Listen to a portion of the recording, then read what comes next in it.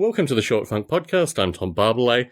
Today, a very curious narrative associated with a little recording that I do called Stone Ape. Through a couple of these short funks, I have lamented what has happened to Stone Ape. I've lamented that it's kind of an energy pool, that I invested a lot of time into it, but I don't get a certain degree of existential respect. And ultimately, out of all the podcasts that I record, Stone Ape has the most fluctuating listenership. People seem very passionately engaged with Stone Ape, passionate enough to rage quit the podcast. And in this light, when I even speculated about slowing down or stopping the Stone Ape recordings in Short Funk, after a couple of weeks, I started to have listeners to both podcasts contact me.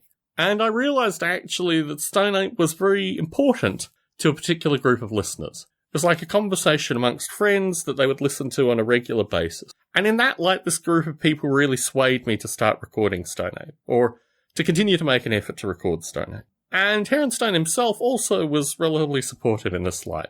He might not be doing mind-blowing projects, he might not be doing things that are seen in, progressing towards outcomes, Kickstarters, what have you. But I think just to have the opportunity to chat with a gentleman like Heron, I can't sniff at it. I genuinely have a lot of friendship, a lot of care involved with this man, and not talking to him for an extended period of time, it seems kind of played. So what was curious was after I started recording Stone Ape again, I got emails from listeners that were frustrated that I was recording with Heron, that ultimately they agreed with my reasoning previously. And they thought that really what was needed here not necessarily was a timeout session, but was just an opportunity for us to spend our respective times in our own particular projects. And I think the frustrations that a lot of these listeners shared with me associated with Heron's not moving forward in any regard, and us just kind of picking up the conversation. One of them in particular emphasised that he thought that this was something associated with himself as well. In some regard, Heron embodied his own inaction associated with various projects, and I thought that was interesting feedback. I record podcasts primarily for the feedback of listeners. I mean, I do like talking with Heron. I certainly really enjoy recording Model Rail Radio. Now, the format has kind of eased itself out, and a lot of the high-tension guests are no longer participants. But to hear from listeners, nothing really beats that. I have this thing that I say when I'm recorded about podcasts periodically, and it's, if you hold a party and 50 people turn up, it's a pretty good party.